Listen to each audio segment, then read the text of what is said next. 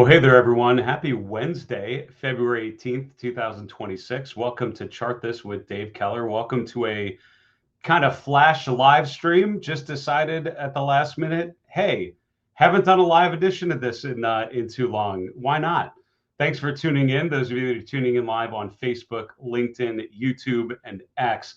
I'm told there's some issues with streaming on X right now, so I hope you're able to see it okay. And if not, we'll make sure that we post the replay to our YouTube channel when we can.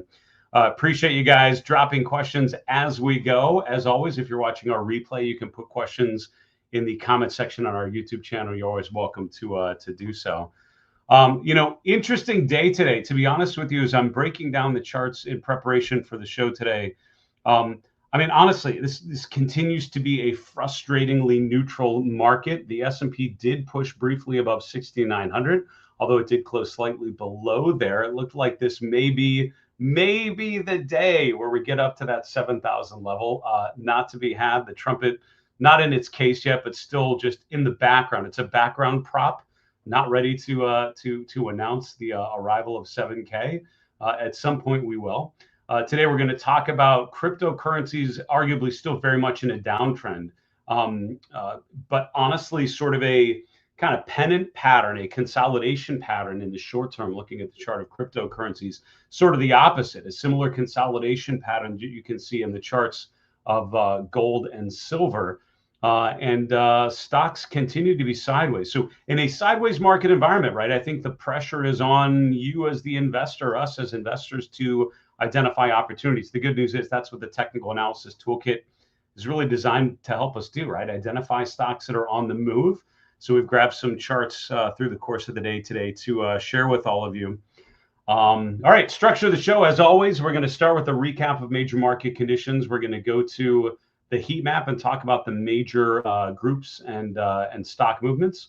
And then we'll finish off looking at the charts that I've selected for you today. Again, if you're watching this live, drop a question anytime. I'll keep my eye over in that chat. Whatever live stream you're seeing, you can put a comment in one of those platforms and I can see it here.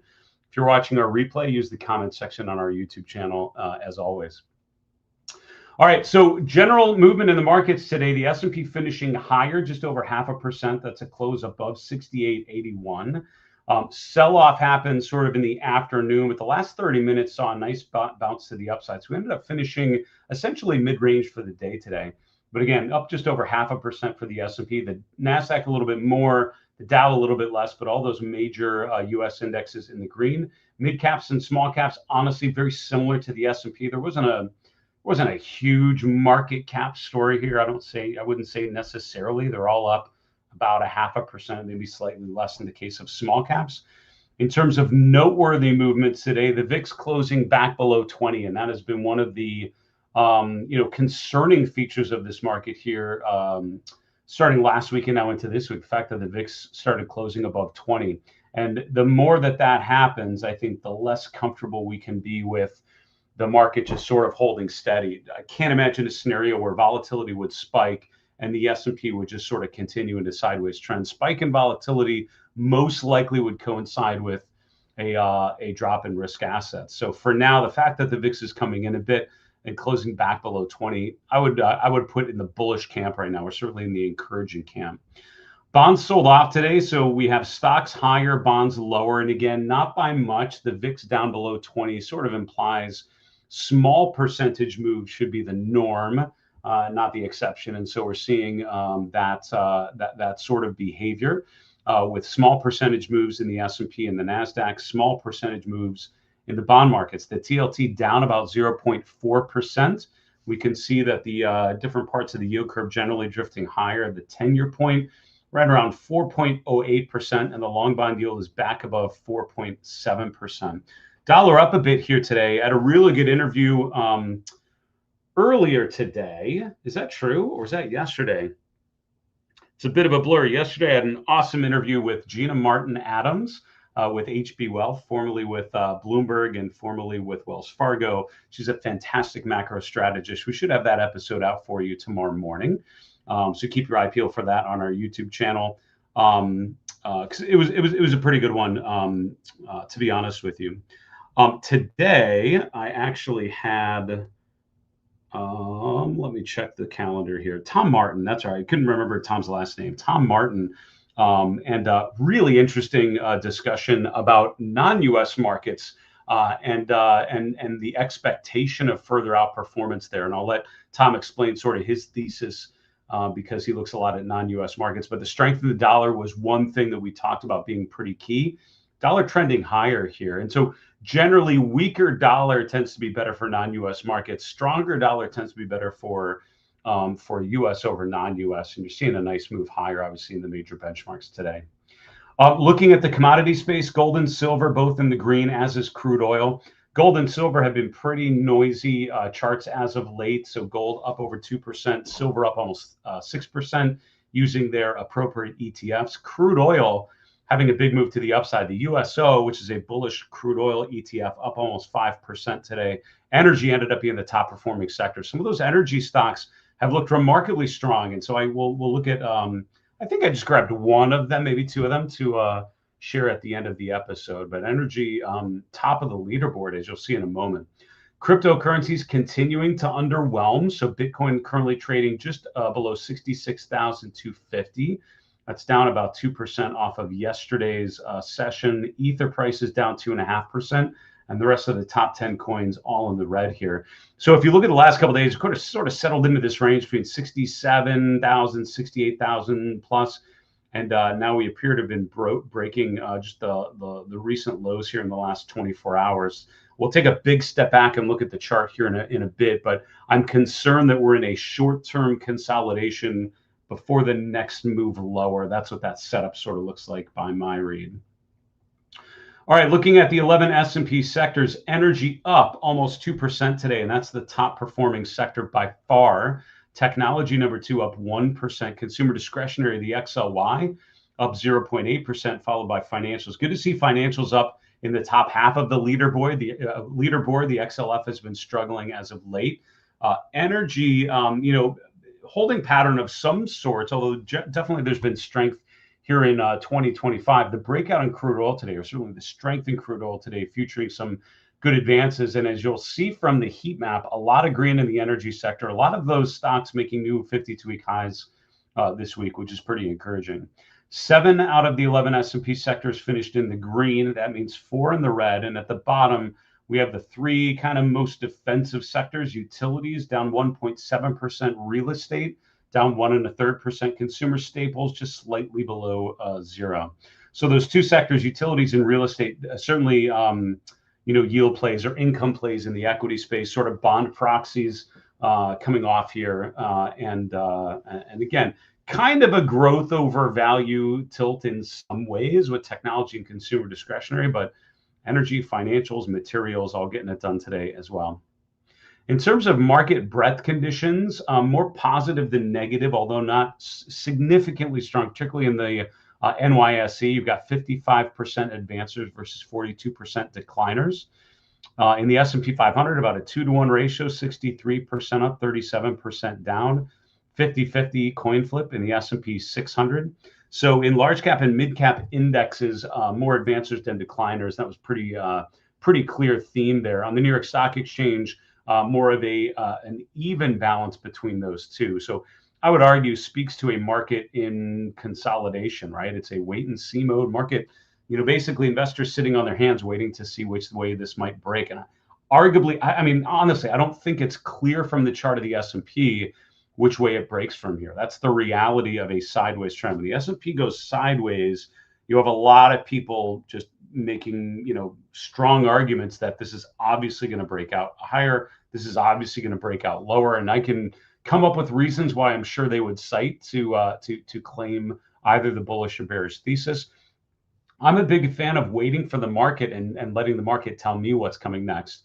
And if we break higher on stronger momentum, I'll be the first to tell you that's pretty bullish. And if we break down below support on stronger downside momentum, I hopefully will be the first to tell you that's pretty bad too.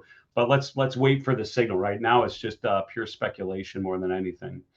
Looking at the Magnificent Seven and friends, boy, they're all in the green today, and it's been a while since that's been the case. I think this is one of the big stories on today's session is just, for now, at least a nice rebound on some of these names. many of which have been on the struggle bus in a big way. Amazon up 1.8%, Nvidia up 1.6%, Netflix up over 1% as well, which is pretty good. That's been the worst of these charts by far. Apple and Tesla basically flat for the day. Broadcom and Alphabet are the two charts out of all of these that I think are pretty key to watch this week, because both are testing significant support levels.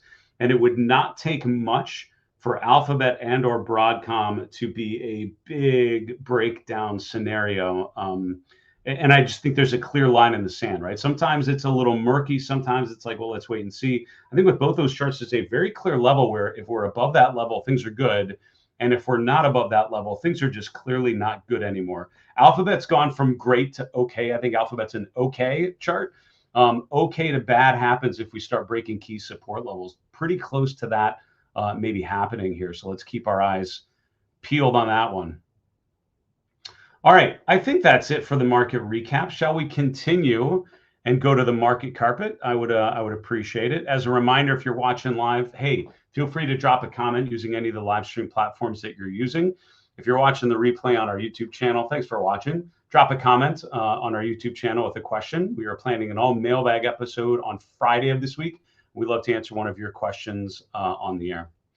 All right, looking at the heat map, what's the situation? Pretty mixed, right? And we could see from the daily breadth readings, the advanced decline data, kind of neutral, and that's sort of what the heat map looks like. You can see some sectors obviously much stronger than others. Boy, you can't see, and I didn't even say the weather. We're getting hail. I haven't been able to say a haily Redmond, Washington, but that's where we're at right now. I'm hearing this sound off my right, out the window. Hail coming down pretty good. Oh, that's fun. Okay, back to the heat map. Sorry about that. Mixed bag here, right? And honestly, the other thing I would say is a lot of sectors seem pretty clearly constructive. For example, energy, overall pretty good. Most stocks up. Utilities overall pretty bad. Most stocks down. But then a lot of other ones very mixed, right? Industrials, financials, consumer staples, consumer discretionary. There's quite a range from stocks looking good and stocks looking poor. Let's dig into some of these in a little more detail and highlight some stories. So again, the strength in crude oil prices really driving a lot of these charts higher, like ExxonMobil and Chevron, not quite making another new all-time high, but very, very close to doing so. Having said that, Schlumberger, SLB, making a new all-time closing high. A lot of these making new 3-month highs as they break out. I mean, Diamondback Energy, it's like, how bearish do you want to be on energy when Diamondback looks like this? Pretty good chart. And to be honest with you, like, this is what, if you're bullish on the S&P, you're kind of looking for, cover up the left half of the chart, but like this is kind of what you're looking for. This sideways consolidation pattern. So like here, I don't think the chart of FANG was giving a clear signal.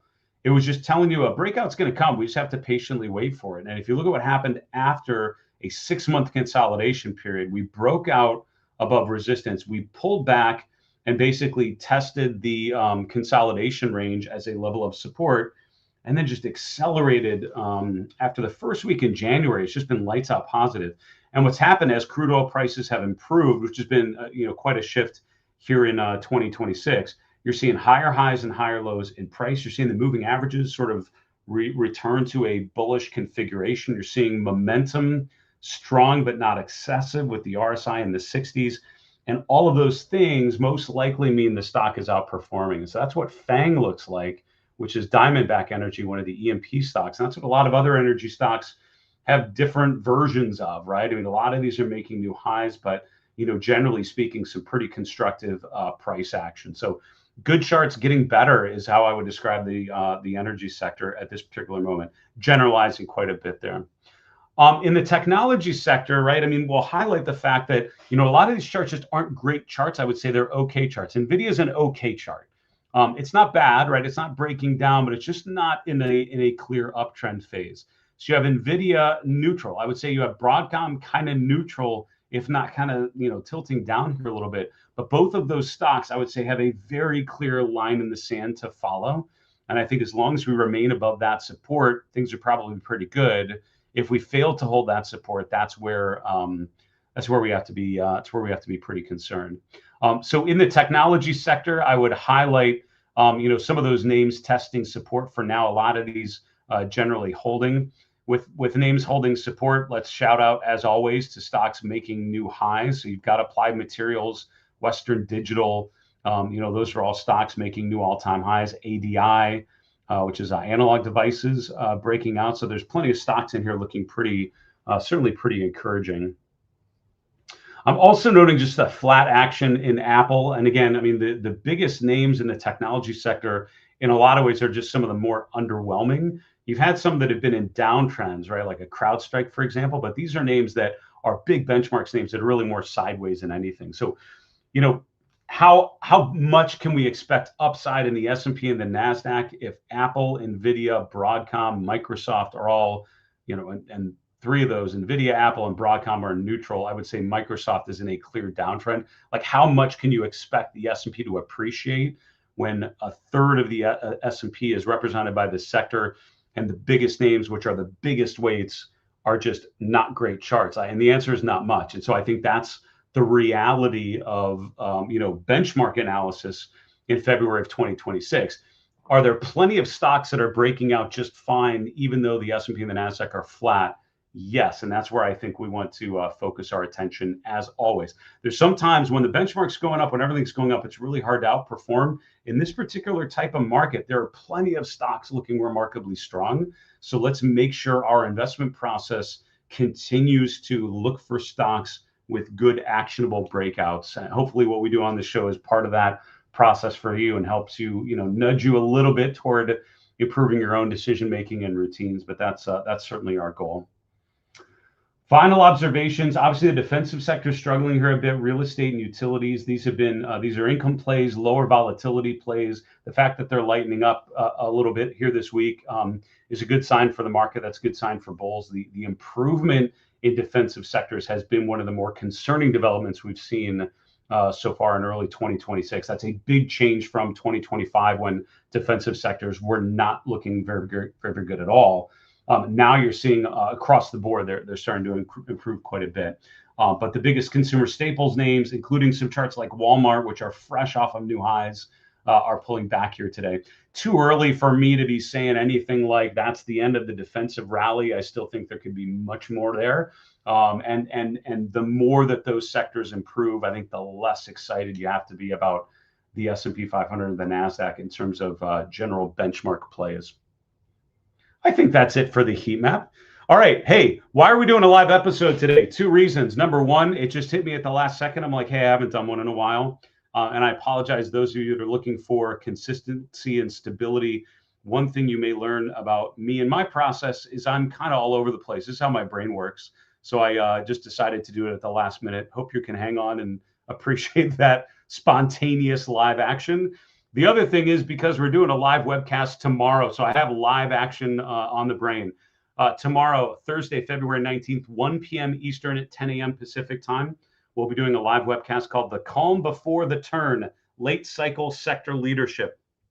You can find more information at marketmisbehavior.com/calm, C-A-L-M. We're going to talk about sort of this rotation from growth into value, from growth into defensive sectors. We'll try to put some specific guardrails and things to watch on recognizing that rotation. We'll talk about kind of the traditional leadership themes during previous market cycles and what the improvement in those particular sectors could mean for the markets here. On top of that, we'll talk a little bit Hindenburg Omen. We'll talk a little bit potential market tops, but focus as always on the evidence. I have found mindless investors base their decisions on emotion. Mindful investors, and it is my goal to get you from more mindless to more mindful as you watch my content. Mindful investors use evidence, not emotion. So the best way to use evidence is to have good processes of gathering information and updating your market awareness, but also having clear levels, clear game plans laid out ahead of time. So we'll talk about what a major top could look like and what are some of the warning signs we need to see that we maybe haven't seen yet that could help us recognize a potential top. Sign up for that free event at marketmisbehavior.com/calm, C-A-L-M, as in let's all calm down and look at some charts together.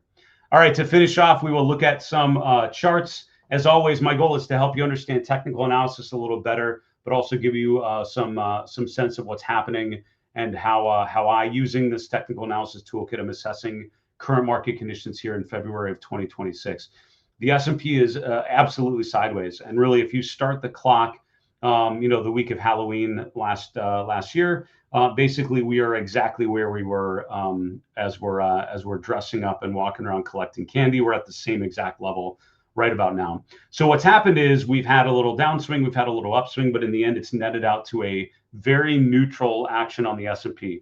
The good news, and unless you say, boy, this is pretty annoyingly boring that the S&P is just going sideways, there are so many stocks that are not going sideways, right? Plenty that are going down, plenty that are going up aggressively. So if you just have a very simple process of looking for breakouts, hopefully you found them pretty easy to identify. Having said that, what does this mean about the major indexes? It means the benchmark's flat. We can see the moving averages are on top of one another. We can see we've settled into a short-term range over the last month between 6,800 and 7,000. So that means in the tactical time frame, I have two kind of alerts in mind. Number one, a break above 7,000 with the RSI pushing above 60 would be quite bullish. That would be the bullish outcome to this consolidation phase. Would basically represent renewed optimism for risk assets as we continue on in the first quarter. The midterm election year, which is what 2026 usually is pretty weak in the second quarter. Kind of that April to June period is more weak than average. So we're a little early to have a significant pullback, and so a bigger uptrend could make sense based on that seasonal pattern. But what happens if we have a break below 6,800? I think that would validate, at least a tactical pullback, something more significant than we've observed so far in 2026. I immediately am looking down to this, the bottom of the yellow shaded area. That's at 65.50. For me, that remains a key level to watch. So in the short term, over 700 with the RSI over 60, that's pretty bullish. Below 6,800 with the RSI below 40, that'd be pretty bearish. And from there, we'll have to think about that next thing to watch. 65.50 in a breakdown scenario becomes an ultra important level. I like looking at ratio charts. This is a ratio chart that I review with some regularity. This is a classic look at the Qs versus the diamonds, the growth stocks in the form of the QQQ, sort of large cap value, really represented by the Dow Jones Industrial Average. There's some growthy stuff in there too.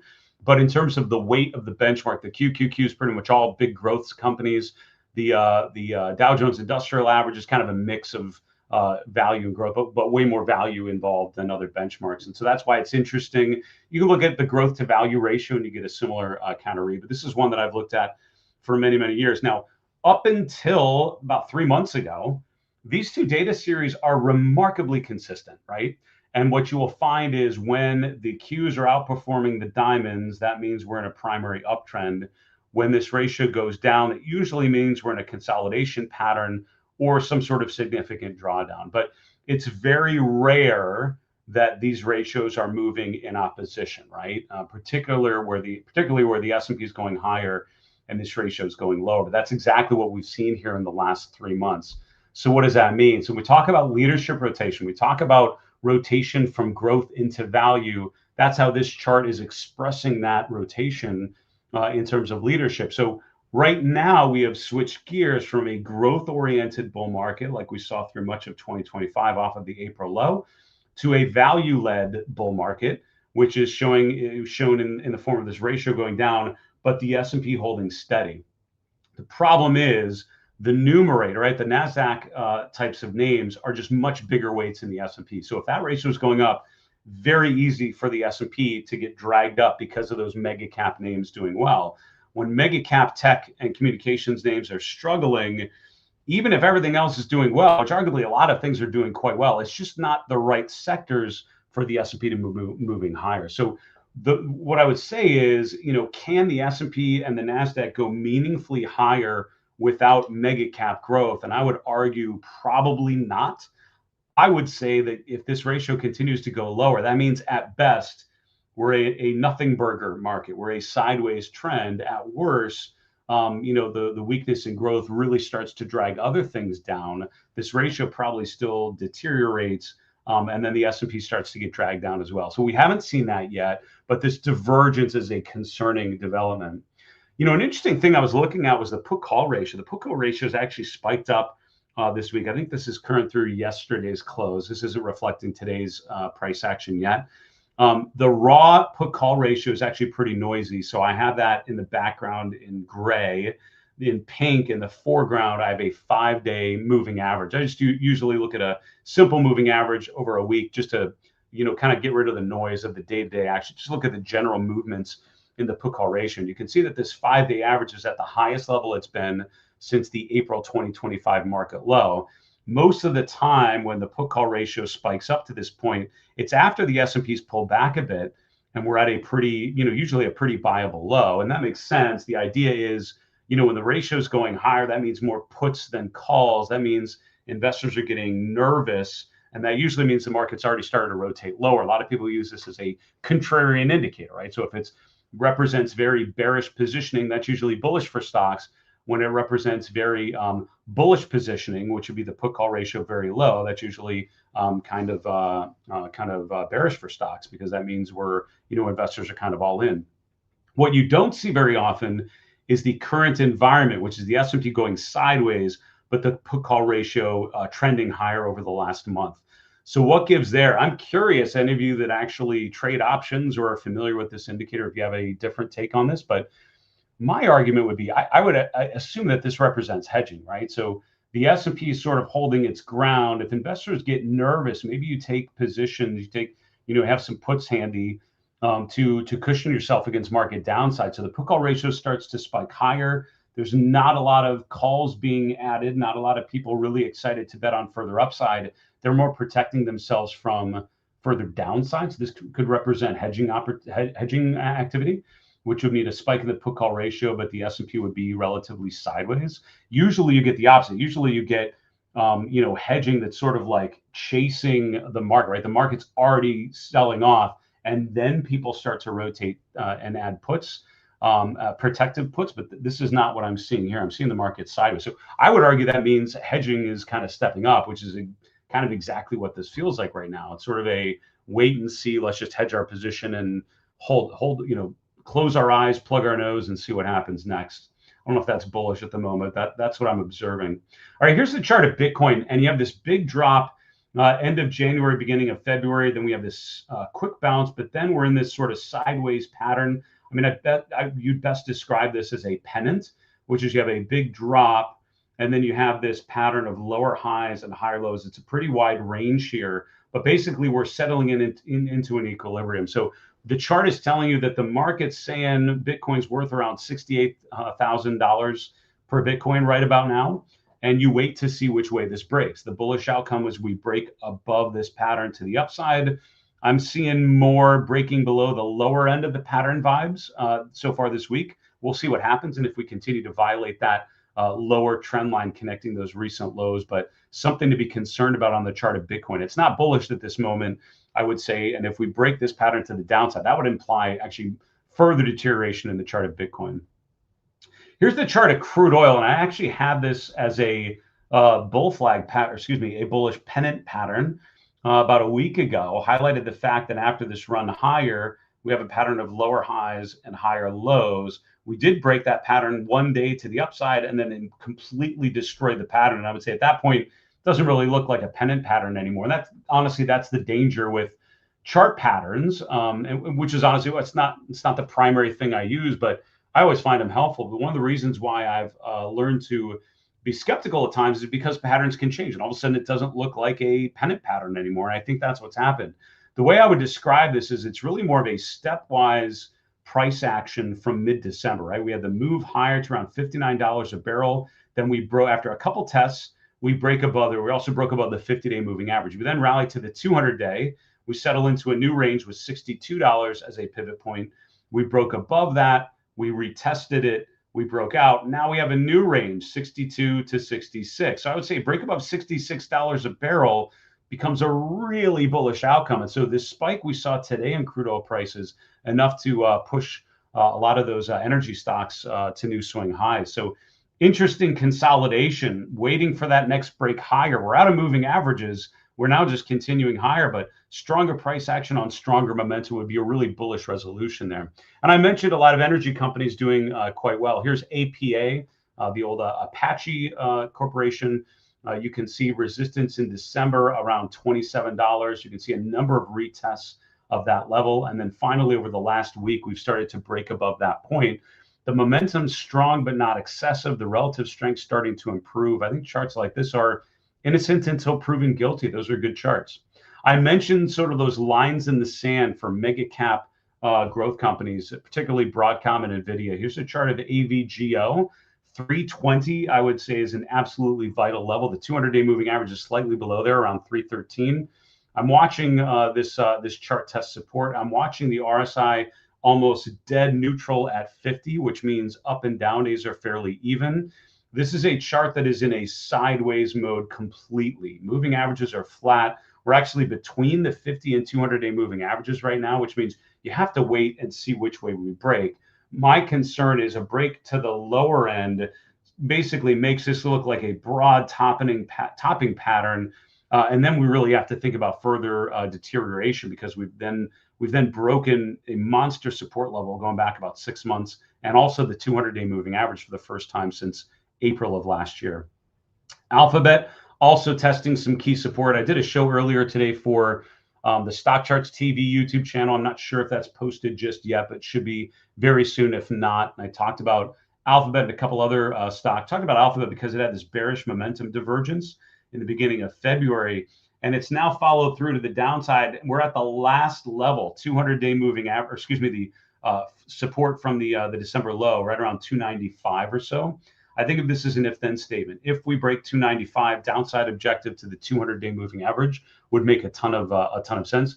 Is it reasonable to expect a counter trend bounce, testing support and oversold? 100% yes, but a break below 295 would be quite bearish there.